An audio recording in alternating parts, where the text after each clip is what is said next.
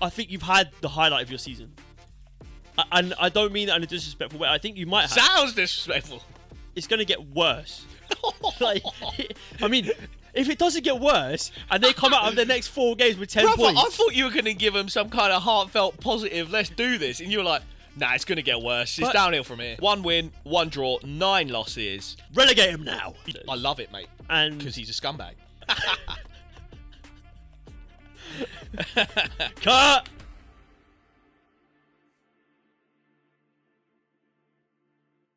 Ladies and gentlemen, welcome back to BoreDraw, episode 114. And it's been another international break. Stinky football, breaking up the season. Just give me back the Premier League. That's Do you guys miss us when we're gone? Because I miss it. The only thing I don't miss is having to watch QPR play, which facts. It's been horrendous. But we're not here to talk about them, thankfully enough. We're here to talk about the Premier League. The Premier League. I mean, I work with so many Americans, and all they say is the Premier League, and I want to slap them every single time. It's disgusting, isn't it? I hate it. Nothing. The only thing worse than Americans pronounce the Premier League is their football takes. Or do you know? Is it at the? I don't know where it is in America, but do you know those like stadiums where they can like get front row seats to the match happening in the UK? So they like watch it on a big screen, but it looks like they're in the stadium. Horrendous. Fucking hate that. Horrendous. The chants pretty bad as well. But we're not here to slag off the United States and their takes on football. The Premier League and their politicians. The Premier League is shaping up. The table is tabling. Things are happening. There's upsets left, right, and centre. You just can't predict it. This Premier League season is shaping up to be pure Barclays. We might actually have a title race. We might actually have a fairly interesting relegation scrap. Alhamdulillah, a title race, finally. It's going to be fantastic. Yeah. And we're just basically going to take this time during this international break. Let's have a little review, a look back. Because sometimes we're so caught up looking forward that we forget to look back on what has happened. And you think to yourself, did that happen this season? What do they say in Ferris Bueller's Day Off? If you don't stop to look around, you miss something. The journey. Something about that. Quote me on that. What's one from Andy from the office? He's like, I wish you knew when you were in the good times. Yeah. I wish you knew when it was the good old days, when you're in the good old days or something like that. Facts! We are in the good old days. We are in the good days because the Premier League is tasty. Sitting pretty at the top of the table is Liverpool, and they will be our first point of discussion. Arne Slot, we're speaking ad nauseum about Arne Slot and how he's come into the Liverpool job. He stepped into some size 15 German shoes, but the Bull Dutchman is flying. He is the flying Dutchman. And it wasn't easy because, like you said, massive shoes to fill. And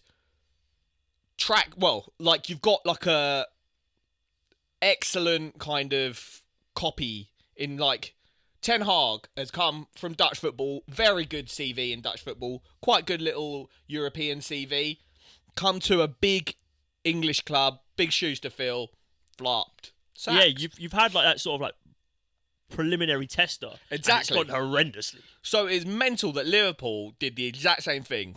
Straight to the Dutch league.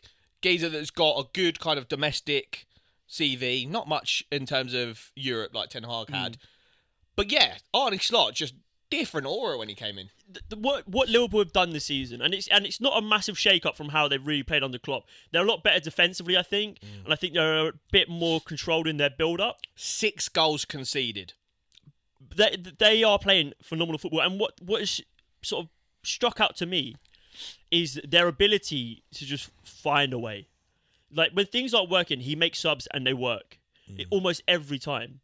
We're seeing players who probably haven't been highlighted for under Jurgen Klopp's tenure, like Curtis Jones, like Konate, Cody Gakpo even has done well. Luis Diaz has come really good. Ryan Gravenberch, like sort of these fairly unsung heroes who we knew were good players, but they've risen to the challenge. Gravenberch in particular, a lot of people calling him best midfielder in the Premier League this season. I mean, I think Curtis Jones has been outstanding last few weeks. Is teching even for Liverpool, for England as well. He was phenomenal, and I think he's got something different that a lot of players don't have. I really like him. I think he is. He'd be starting for me over Szoboszlai every single day of the week. Yeah, I think so as well. But yeah, Liverpool, let's talk about them. They've had a fairly easy run to the start of the season. That's what I always say. I've got a mate at work, supports Liverpool, and he's like, oh yeah, we're winning the league, la-di-da-di-da. And I'm like, talk to me in December. Because the run-in now for Liverpool until kind of Christmassy time is techie. Let me run you through it, and we'll see how many points we reckon they're going to get. So Southampton away. Dub. Fresh up international break. I think that's 3 points. Yeah. Then they've got City at home. Yeah. And we will talk about City after we cover Liverpool. They're not looking great at the moment. But I mean, that is I think, Liverpool's second real tester of the season. First tester being Arsenal. They had Chelsea as well. Chelsea, we'll talk about them as well. They've had Villa. I think Chelsea up and down. Villa, I think Villa at home should be a dub for Liverpool anyway. But yeah, Man City at home, and I think if you were a Liverpool fan, you were sort of wishing that there was no international break and City would continue this torrid run of form. Right, I'm going to just be like, harsh. That's a loss. Worst case scenario, loss. Newcastle away. That's a hard place to go, St James's Park. I'll give them a point. I think they're probably favourites, but I think a point is away at St James's Park is good for pretty much every team in the Premier League. Everton away, Merseyside derby, the last one at Goodison. Fattest dub ever. Fulham at home. Dub. Tottenham away. Don't want to back Tottenham. Maybe a draw. And then on Boxing Day, they've got Leicester at home. Dub. So, I mean, this is the tight run-in where they've got about, 12 games in about 3 days. They've got Tottenham on the 21st, Leicester at home on the 26th, West Ham away on the 29th, and then they've got Man United at home on the 4th. It's a weird one. For me, it's not even about the difficulty of the games. It's like you're saying, it's just those little it's the quickness of the games.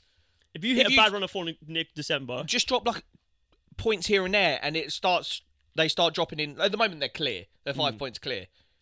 They start dropping into the mix when you start dropping random points like Arsenal and City have at the moment. But I'm looking at that run-in, and I'm thinking, right, I'm highlighting Man City, Newcastle, and Spurs, Tottenham, and in Man United, maybe under Amorim. But that's an unknown. So Man City, Tottenham, and Newcastle are the three that I would be concerned about. Yeah. But against every team they played so far this season, I think they've almost certainly always been the better team. Yeah. I think that's the case. And, I mean, they're catching Man City at probably the right time. Like I said, they probably would have wished it was a couple of weeks earlier. But, if they get through this period, if they get into January and they're top of the league, and they've still got a 4-point cushion, 5-point cushion, then I'll start worrying. Then they're serious but they might be contenders. Too late. Yeah. I mean, I think they're already contenders. Oh yeah, they're in the race. Well, how many games are we in? 12 games? 11. 11 games, and have conceded 6 goals. 6 goals conceded, 9 win, 1 draw, 1 loss. It's great stuff. It's phenomenal. It's really good, and I still think what they've got going for them is that their best is yet to come. Yeah. I haven't seen them. Is there AFCON this year? No, it's qualifying this year because I think Ghana got knocked out of the qualifiers. That could help the cause. 100% because we know what that does to Mo Salah. But yeah, and I think if they get through this December period, and they're still sitting top of the table with 1 or 2 additions, a little bit of depth maybe. I think what they need to just get lucky a bit more, like Arsenal without Odegaard for the start of the season, without Saka for a bit of the season. Man City, no Rodri is huge. They've made it count. They've got dubs where the other guys are falling off. They put the points on the table. Liverpool, if they just got to hope they don't get an injury to a big man. Yeah, I mean, to be fair, they're out with Alisson at the moment. But is that as big a loss like Kelleher is really good? If we just talk about Kelleher for 1 minute, really I genuinely think he could go to, any team in the Premier League from about 4th to 10th, and he'd be the number 1 keeper. I'm looking at some of the keepers in the Premier League. Spurs should sign him. And I'm thinking, it's mental that this kid is just sat at Liverpool on his bench. Yeah. And he comes in and he plays his heart out and he is phenomenal. So yeah, I'm not even classifying the Alisson injury as that big a loss, but really. You're talking about Van Dijk or a Salah. I mean, Trent could potentially be out. I don't think it's as big a miss if they were missing a Van Dijk. Yeah, I think Van Dijk, who's been probably the best defender of the Premier League this season. And Salah being probably the best winger in the Premier League. Like forward. Yeah. Maybe even a Gravenberch. So if but any I think of those could facilitate a Gravenberch injury, Yeah, but Salah and Van Dijk. Yeah, if one of those two gets injured, because that is like the equivalent of the Odegaard, Saka, or Rodri, Kevin De Bruyne. I think you the thing is, if Salah gets injured, you can't replace him. But I think the fact they've got structure now, the way they build up, they will still score goals. I mean, their goals are coming from Luis Diaz. Cody Gakpo's chipping in with a few, you know. Diego Jota's still got to come back from injury. He's permanently injured. But, you know, if you lost Van Dijk, though, Jarrell Quansah, he's got hooked at the beginning of the season and we haven't really seen him. Have you seen the messages that he's... Oh, mate, he's got more trouble than just on the pitch. Mate, yeah, I was going to say... I really liked him as well. Yeah, he was good, but I'll keep him nowhere near the starting 11. For some of the shit that he's putting out there on social media, it's crazy. No, he's like, fucked it for me, mate. I saw someone say David Coote said that to the guy that was recording him as well. But yeah, these guys. Maybe another centre-back, just some depth, I think, but... We haven't seen Chiesa yet. Yeah, well, apparently he's on his way back to Serie A. Yeah, he's sick of it. Yeah, I mean, just look at the weather. I'm not blaming him, but yeah, Liverpool, if they can just, you know, get through unscathed, they've got a really good opportunity here. But we know what the footballing fixtures calendar is like. Yeah, if they compete in Europe as well, could get techie. Well, they're doing really well in Champions League at the moment. Maybe they'll take their foot off the gas a little bit. Yeah, we'll see how it goes. But they've got the depth to sort of rely on. We see that Arne Slot's not opposed to rotating his teams. We've seen Costa Simicas coming in, players like, you know, the midfield is highly interchangeable. Their forward line, they've got probably the most depth in the forward line. Like, the average quality is outstanding. Yeah. So I would be nervous if I was Man City or Arsenal. Yeah. Speaking of Man City, is it going to get better? This international break came at the right time for them. Oh, yeah, God, yeah. I mean, I'm sure that Pep has had them in every day. Every single day. Well, you saw Harry Kane come out and say lots of... he's angry at the players that didn't join England for the international camp. I hear it. I mean, if the new manager's not there... What the fuck is the point? I don't get that reason. Like, risking an injury to impress... play against Greece and you're impressing no one because the manager and all the new staff aren't there. Yeah, I do get it. It's not a good look, is it? It's not, because Gareth Southgate's worked hard to kind of... Build reignite the passion for playing for England. But yeah, mate, these guys got to make obviously bread. Obviously, a stat padder like Harry Kane is going to be there. The smaller the team, the more he wants to play. Brother, he would take that penalty against Ireland. If they were playing against Gibraltar, you know he's telling Lee Carsley, if I'm not starting, you're in trouble. You see that he got a statue made of himself. It's outside like a training ground that he grew up as a kid. And it looks like, do you know that Ronaldo one that was like an absolute howler? Kind of looks like that. Yeah. I'll put it up on the screen. But yeah, Man City, obviously no Rodri has been the biggest issue. 5 points off Liverpool, 7 wins, 2 draws, 2 losses. One thing that stands out for me here is 22 goals for. That's one more than Liverpool and Chelsea, a couple more than Arsenal, a couple more than Brighton. Normally, you see Man City already 5, 6, 7 goals clear of every other team. They're not banging them as hard as they were. Well, and Haaland started the season on fire. He's trailed out a bit. Yeah. No Kev, no Rodri. Phil Foden is... God knows where that Don is. What's going on in the attacking sense? They're struggling to break down teams. You very rarely look at Man City and think, we can have a fucking go here. Yeah. And that's what teams have started doing. Yeah. And without Rodri, who is... He takes them from a 5 out of 10 to a 9 out of 10 literally like every game, just him being on that pitch. They don't get to recycle the ball as much, so they don't create as many opportunities. They have to think more about going backwards than they used to, because they've got no Ruben Diaz, they've got a makeshift backline, they've got Kyle Walker, who is just absolutely so past it, it's unreal.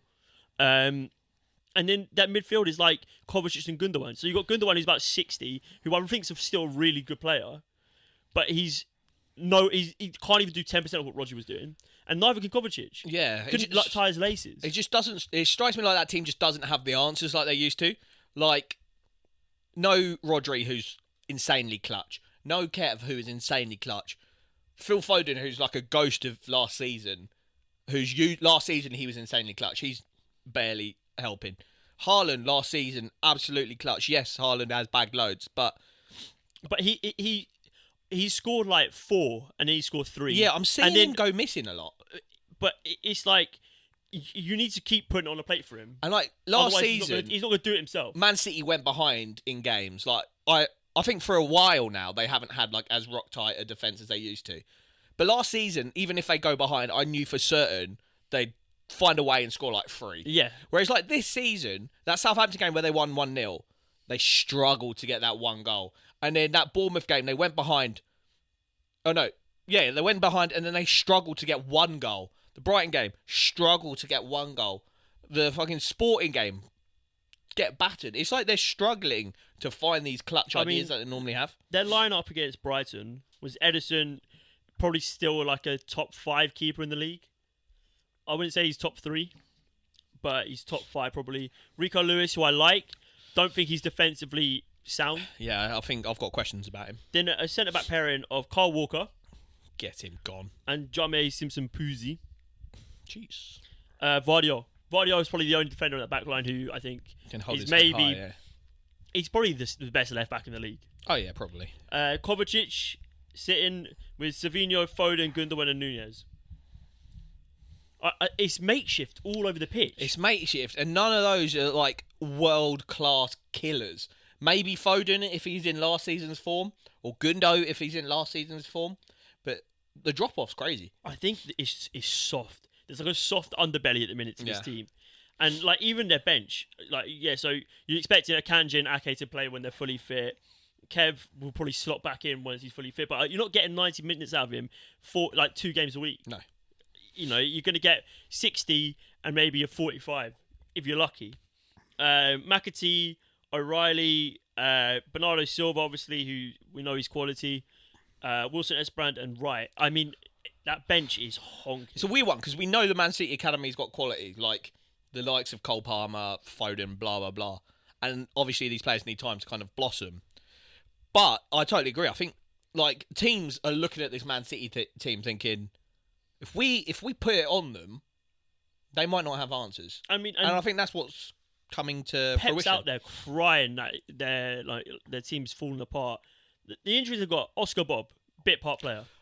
Big loss at the start of the season, but they replaced him with Savinho. Yeah, that is like a direct. Don't tell me that replacement. that's a problem. They have replacement. Yeah, Savinho is that direct replacement. Ruben Diaz is probably their biggest miss, apart from Rodri. Rodri, yeah. You know, Ruben Diaz, Rodri, and Stones are probably 3 starters every week.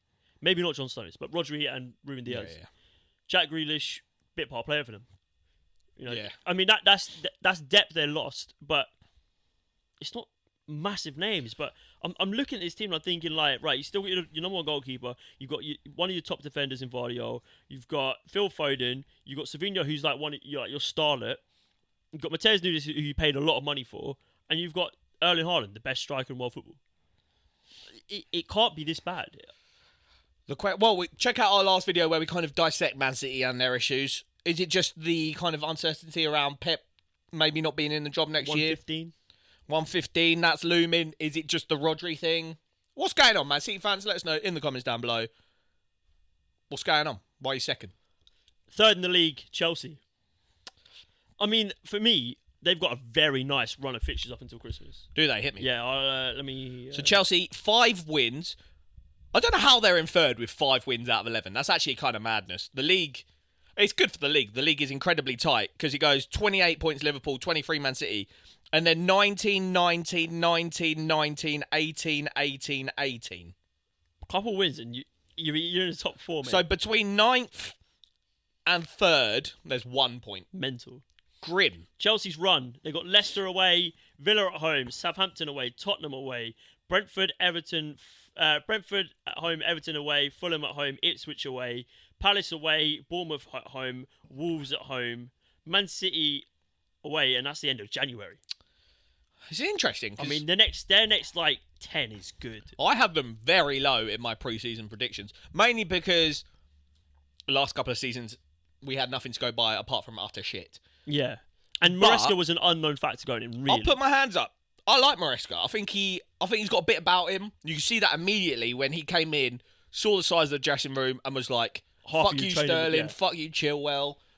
Left, right, centre." I rate it a lot because that's what was needed. That's what was needed. You got an absolute mercenary at the top in Todd Bowley, kind of doing what he wants. You need someone that is a bit no nonsense but has a football head. Yeah. Normally, like I can imagine Chelsea fans will also want that as like a sporting director. But if you don't have a sporting director doing those kind of things, then who's going to do it? Who's going to do it? At least Maresca is doing that, and he's coupled that well, like that kind of attitude. If you don't back it with results, it's mad. Like when Ten Hag gets rid of Sancho or gets rid of Ronaldo, doesn't back it with results, and then everyone's kind of like, "Ooh, what's this guy doing?" He's benched their most expensive player in Enzo Fernandez. I love it, mate, and because he's a scumbag. Do you know what I mean? He's doing what the team needs. I love it, and I hate Chelsea, but I love that kind of... The approach is good. Yeah, when a manager kind of... Don't want to liken it to Arteta, but when Arteta came in, bins off Aubameyang, bins off Ozil. If you make big calls and back it with results, the fans have just got to sit there and be like, fair dude, mate. He's done it. Yeah, I completely agree, and I think, we could see them really picking up a few points here, pick up a head of steam. And the thing is, they've got so many good players. It was just a case of if the right manager could get them in the right system working together. Yeah. There's too many good players. All the ingredients there to make the pie. But fucking Todd Bowley is doing his most to just add everything. You know when he got the seasonings and he's like just adding everything. Like he put in fucking, I don't know. It's about balance. Cinnamon in a savoury dish. Yeah. Brother, that's not meant to go in there. Yeah, literally. He's done a really good job here. Yeah. And I think Chelsea could be one to look out for in the next sort of 10 games or so. I think they could really... I think they'll be in that top 4 discussion, still going towards, end of January. 100%. I think defensively, still a little bit shaky. Yeah. Roberto Sanchez, dog shit. Cucurella... Bought into my FPL. Starting... Cucurella? No, Sanchez. Did you? Yeah. Why? Because their fixtures are good, man. Nah, he leaks goals, but their defence is a bit leaky. Cucurella I like, though. I think he is starting to blossom into a good signing for them. He's finding his role. Malo Gusto, I think the same there. We're seeing Reece James come back. Getting managed. Centre-backs, not sure about Colwell and Fofana. But... I think there's talent there, though. Going forward, that midfield two of Caicedo and Lavia, good. Very good. Some people saying that's the best duo in midfield. Yeah, maybe. I don't think so. In front. We know what he's about. We know what he's about, but ghosting a little bit the last couple of games. I think, he's just going to pop out of nowhere and score 6. That's the thing. He's Cole Palmer. I really like Noni Madueke. Madueke and Neto, he gives I me like that. Like Leao vibes. So techie on the ball. He always wants to beat his man, and that's what I love. Final third is a little bit questionable. Yeah, he's a little bit headstrong. But when it goes right, it's phenomenal to watch. He's such an exciting player to watch. Yeah. I think Nicholas Jackson and Cole Palmer have a really nice link up. Oh yeah, 100%. I really I think Jackson is really coming to his own. Still a little bit, hot and cold in front of goal, but and that left-hand side they've still got some questions there. But Pedro Neto's come in, and I really like what he's been doing. I think Mudryk is one to shift on, and we might see Jadon Sancho out there a little bit, maybe on the other side. They've got depth, and you'd fucking hope so after the amount of money they spent on the amount of players they brought in. But I like what he's been doing there, and I think there'll be one to watch. One to watch out for a big fall off though. I think is Nottingham Forest. Yeah, let's talk about Nottingham Forest. Skip past Arsenal, 4th place, but maybe we'll do like another video on Arsenal where I kind of give my feelings. So Nottingham Forest, I think they haven't had an easy run, but 19 points, same as Chelsea, same as Arsenal, same as Brighton. They've somehow managed to turn Chris Wood into the greatest footballer I've ever seen, and I don't mean that in a disrespectful way. I genuinely think he is absolutely outstanding. Yeah, talk to me about their run, because I can't off the top of my head, apart from the massive result against Liverpool, which I'm not discounting at all, that's an incredible result.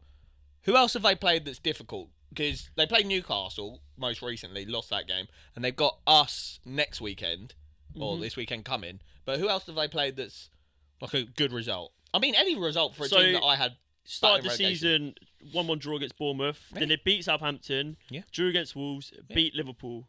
Yeah. Then they had a bit of a sticky period where they drew against Brighton, lost to Fulham, and then drew against Chelsea. So it's not bad results. Even those are like they're good results. Yeah, I'd be beating Liverpool, drawing against Brighton. That's fine. They were down to 10 men. Then they lost against Fulham, and then they drew against Chelsea down to 10 men. Then they've beaten Palace and Leicester, who'd expect to be. They smashed West Ham, and then they've gone and lost to Newcastle. Yeah, for me, they're impressing. I had them struggling with Nuno this season. Well. But I almost think he's such a manager, fair dues, mate. He's very good at doing a lot with a little. But they've got good players. They really have got good players. The centre-back partnership, we said when they signed Milinkovic, we were like, that is a good signing. He's come to prove that. Murillo, that is a nice little duo. Sells in goal has been outstanding. Fullbacks of Moreno that they got from Aston Villa and Ola Aina. Yep. Everyone's Bag. just coming good. Yeah. And then that forward line, they've still got our needs to sort of come back and play a full. Yeah, Chris Wood keeping our knee out. Yeah, I mean, but it's dynamic. It's like Callum Hudson-Odoi, Anthony Elanga, Morgan Gibbs-White. They've got talent, real talent, and it'll be interesting to see how they go on. But they've got a hard run. They start back off after the international break away at Arsenal, who have a point to prove. Yeah, we do. That could be a banana peel for us. And then they've got Ipswich at home, which I think they should expect to beat.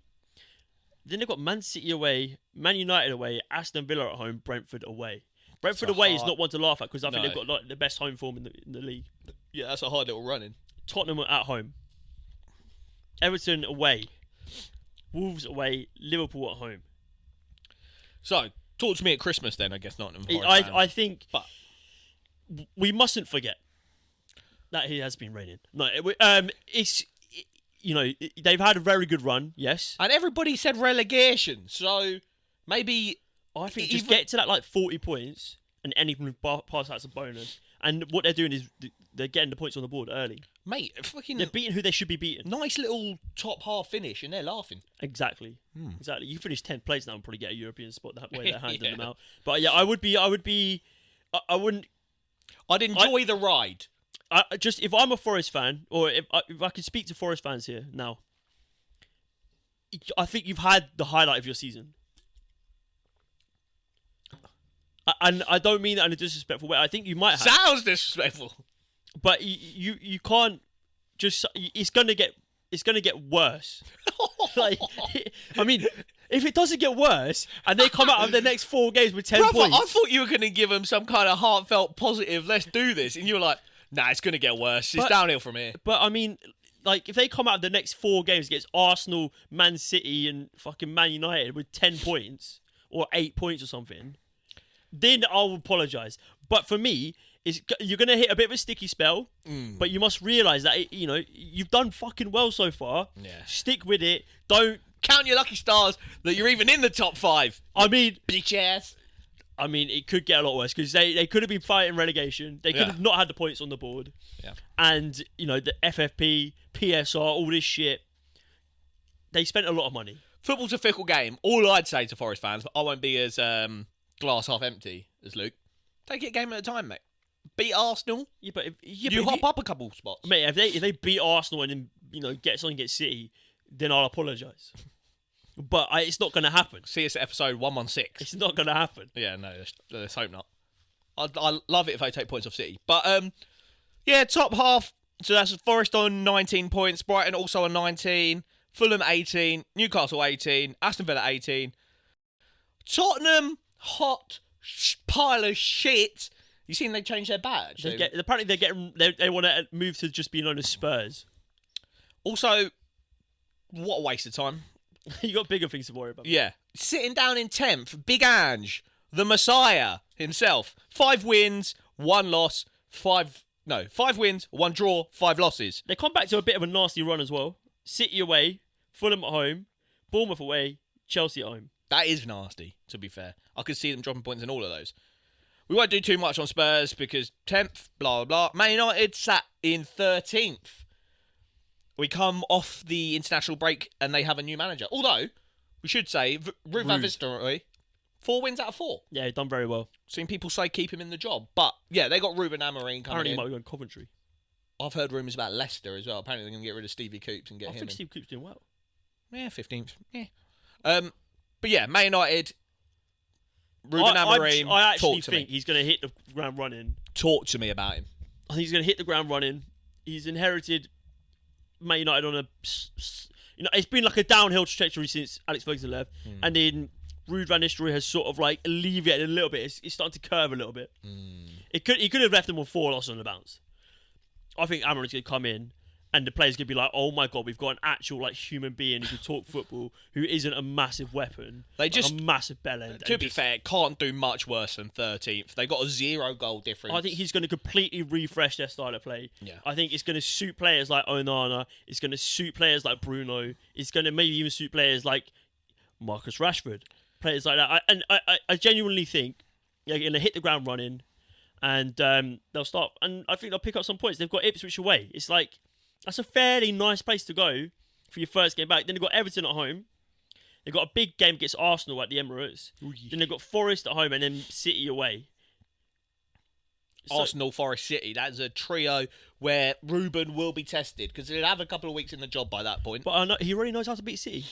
In fact, he just smashed City. But so, yeah, I think Man United fans, I think he's a good appointment. I think he's a really good appointment. You can pretty much, because you've started this season so poorly, kind of This just season write. starts here. Yeah, just write this season off. Anything kind of, if you manage to get European football, happy days. But if you don't get anything, blame Ten Hag and start afresh next year. He's got time until now, until Jan, to kind of take a look at the team, and then he can go to Mr. Jim. Jim will fix it. Whoa. And be like, Wagwan, the team needs this. Do a couple things in Jan. I mean, I don't think they've got much to spend though. And then, well, he probably should start flogging. He's really. literally he's like sacking off all the Christmas parties and everything. He stopped paying Fergie, That's true. and I think he's taking away like all the disabled people perks who go Taking there. away all the disabled people. Don't think he's quite done that yet, but you shouldn't talk about the players like that.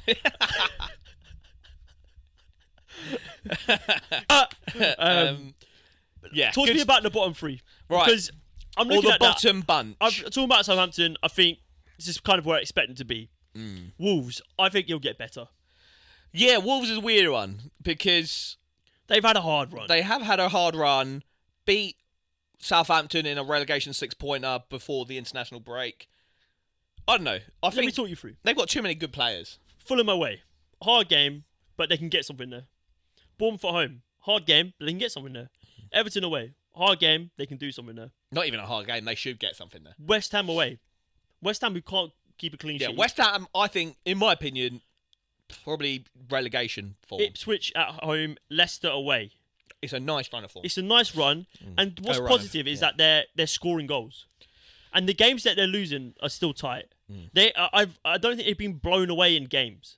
They have got the conceded the most in the league. But it's consistent. Consistently shit. Yeah, they're conceding consistently. They have but conceded it's like, the most. Well, at least they've conceded the most consistently. but I think it's gonna get better. I really do. I can't get much worse than the worst. Then the bottom, second from bottom. Do you know what? It's been a tough start. Yeah. But they need to stick with Big Gaz, and they'll be okay. I think they've just got too many techie players. But we've seen teams get relegated with techie players. But I think Cunha is a European level player. I think the midfield of João Gomes and Lamina, that's good. I think Sarabia's good. I think Ryan Aït-Nouri's good. Ryan Aït-Nouri, yeah. It's I think defensively. they'll be okay. There. I'm looking at teams above them: Ipswich, Everton, Leicester. I think I was a little bit wobbly on Ipswich at the start of the season. I think I actually had them bottom of my table. I think it's the same as like the Luton factor last year. I think people want them to do well, but I don't know if they've got the quality there to consistently be there. I don't know. I think they've got the best manager out of the Bottom three bunch, that came up. Yeah. And I think the fact they've been in the Premier League for the first time in like 20 years is a massive boost. Before I think international break to go to the Spurs and beat them 2-1. That's Spurs, man. That is Spurs. But Liam Delap, what a player. He is good. Sammy Schmodix, good player. Good player. Yeah, Omari Hutchinson, good player. They've got Jacob Greaves to come back still. I think... Good player. I mean, they will be battling. They're not going to be knocked out. But you might be right with the whole Luton thing, to be fair. They get results here and there, but maybe not have enough to go the it's full not distance. consistent. Yeah. Crystal Palace, though, I would be worried. Me and loads of other creators at the start of the season had them tipped for a European push. They liked the business. I said, Eddie, that's great. Elise, big loss. But they haven't replaced him. We said, Wharton, he's going to have a great season. Injured, yeah. Where's that guy been? Decore, injured. Like, they're lining up in like... Mateta, we said, he's going to be on fire this season. He had a really good Olympics with France. Where the hell's that Don been? I think he wanted to move, didn't he? Big time. I mean, yeah. I feel sorry for players like Gay, like Eze, who probably could have shipped off, and they stuck around. You know, I'm looking at their team, and I'm just thinking, right, Henderson in goal, he's all right. He's got a lot to do, though. Yeah. You know, they've got... the quality is diminished. They're a worse team than they were last season. So what the table is telling me here is goals conceded all around them. From Crystal 20th Palace beat Spurs. Exactly. From 20th to 14th, they've got the least goals conceded, but also the second least scored. So they're defensively, They're not so decent bad. unit. Yeah. They cannot put the ball in the back of the net, is what I'm seeing here. Yeah. I mean, the players they've brought in, is it Kamada as well? Yeah, I don't think he's been any good. He hasn't looked. I mean, a lot of the people guy. are just writing him off already. You know, Eddie, I mean, I really want it to work. Yeah, I want it to work. But I don't know. They signed fucking Rob Holding like a season and a half ago, and he's been stuck in the under-21s because he's had a falling out with Glasner. Like, it's mental. Surely it can't get worse, but I don't see it getting better. I really don't. Yeah, you need the forwards because you've lost a lot in losing Elise, and then the season before that losing Zaha. You've lost a lot in that front line. Their next 6 is Villa away, Newcastle at home, Ipswich away, City at home, Brighton away, Arsenal at home. Yeah, that's not good. We could see them coming by the time sort of like December, before Christmas. They could be rock bottom. They really could. They really could. Because I'm looking at although Southampton don't fill me with much faith. It's only 3 points in it, mate. It's true. But Southampton, 1 win, 1 draw, 9 losses. Relegate him now. Yeah, you don't like Russell Martin at all. I don't mind him, but he's like, keep ball, do nothing with it. That's kind of what you see against City. They play really well against Man City, but have they got enough to put the ball in the back of the net in the big leagues? Mate, I'll tell you what, if Palace is sitting down there, come January, they could lose someone like Gay. They could lose someone like Eze. They could lose someone like Wharton. Southampton, they could lose someone like Carl Walker-Peters. You know, like these teams could get picked apart. Someone like Cunha could be off. You know, these things happen. Scary times for the teams down here. Very scary times. Right, BoreDraw 5s. Jeez! So we're back with BoreDraw 5s after a little hiatus. The leaderboard, check it out on our sociables. Socials. At the top, we've got Mike still. Yeah, 9 points. Mental. Grim stuff. And then I think it's Big Luke with 7. Jacob with 6. Yep. And this week, we've got Ruairi from the Anglo-Italian pod. Great stuff over there. Check them out. We will have their links in the description to do BoreDraw 5. Check out his predictions here. Hello, Ruairi from the Anglo-Italian pod here. I want to say thank you to the BoreDraw guys for inviting us to get involved in their score predictions competition. Fingers crossed I don't embarrass the podcast completely, but regular listeners will know the Anglo-Italian pod curse is a real thing, so the opposite will definitely happen. Let's see. The first game I've been asked to preview and predict is West Ham 3, Everton 2. The David Moyes derby, 2 teams in terrible form, neither can defend. Both teams trying desperately to not be the next one to have David Moyes in charge. I'm going to say West Ham 3, Everton 2. Maybe this is wishful thinking. Most people will probably be thinking this will be a 0-0. But I think both of these teams going forward are okay. It's at the back where they struggle. I'm predicting West Ham at home, last-minute winner, another 3-2 to add to Everton's collection of 3-2 losses this year. I just think West Ham have just got enough quality to get over the line. I'm going to say Bowen with the winner. Why not? Going to put my neck on the line with that one. Next up, we have Brighton taking on Man City. Obviously, a horrendous week for Man City. The biggest slump I've seen them in for quite a few years. Fresh off that humiliation from Lisbon, I think they're going to struggle going to the Amex. Brighton, of course, also not been particularly tight at the back, but they can go forward. They've got that guy Welbs. I'm going to say Brighton 2, Man City 1. I think eventually Brighton will be able to hold on to one of these leads and see the job through. I think Man City, obviously Haaland misfiring, looking a bit uninspired at the moment. I think this is the perfect stage for Brighton to get a win here. Next, we're going to be talking about Liverpool, Aston Villa. I'm going to be a bit more realistic here. As much as I want to say Villa will win this, I think Liverpool are going to get the job done. I think it will be quite comfortable as well. Villa obviously also in a bit of a blip at the moment, really not playing well. We're unlucky midweek against Bruges with that kind of bizarre penalty. But they're not really playing as well as they should be. Liverpool looking absolutely dominant, not conceding many goals, looking like the favourites for the title based on their current performances. So I'm going to say Liverpool 2, Aston Villa 0. I'm going to say Luis Diaz, both goals. He's been on fire this season. Scored again during midweek, I'm pretty sure. So I'm going to say, Diaz, both goals, Liverpool 2, Villa 0. The next game, the Chris Wood derby, Forest taking on Newcastle. Now, of course, Newcastle beat my beloved Arsenal last weekend, and this isn't sour grapes, or at least I don't think it is, but I'm going to say, fresh off the back of a big win, Newcastle, they're going to lose this game. They've not really been scoring many goals. Forest have been really efficient. Their defence looking good. The first team here where I've been able to say the defence is looking good. So I'm going to say Nottingham Forest 1, Newcastle 0. Of course, Chris Wood getting the winner. Who else? He's been on fire. October Player of the Month. I'm going to bet that the curse doesn't continue and he gets a winner here against his old team and Forest continue their flying start to the season. The final game, and I think this is probably my heart ruling over my head on this one. I've gone for Chelsea 1, Arsenal 3. I know Arsenal haven't been scoring a lot at the moment and really can't find the back of the net. But Chelsea tend to be a team we do well against when we're on bad runs. So I'm going to continue. I'm going to hope that continues. So I'm going to say Chelsea take the lead, but Arsenal find their goal-scoring form. Bukayo Saka, who else drags us through, gets us the 3 points. And then as Chelsea are pushing on, we add a third. I think I'd absolutely take that. So quickly as a recap, West Ham 3, Everton 2, Brighton 2, Man City 1, Liverpool 2, Villa 0, Forest 1, Newcastle 0, Chelsea 1, Arsenal 3. I sit here anticipating and hoping. Guys, thanks again for having us on. Fingers crossed. Right. Juicy stuff. Starting off, we have West Ham 3, Everton 2, which finished 0-0. The Moist derby. He did say, in all fairness to him, a lot of people will say that this game will be a 0-0.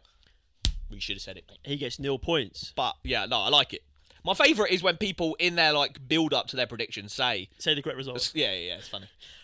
Following that up, we had Brighton versus Man City, where he predicted 2-1, and he got it spot on. That is an absolutely outrageous prediction. Yeah, you should get more points if you predict, a super underdog to beat. Yeah, 100%. If you predict City, Liverpool, Arsenal to lose, yeah.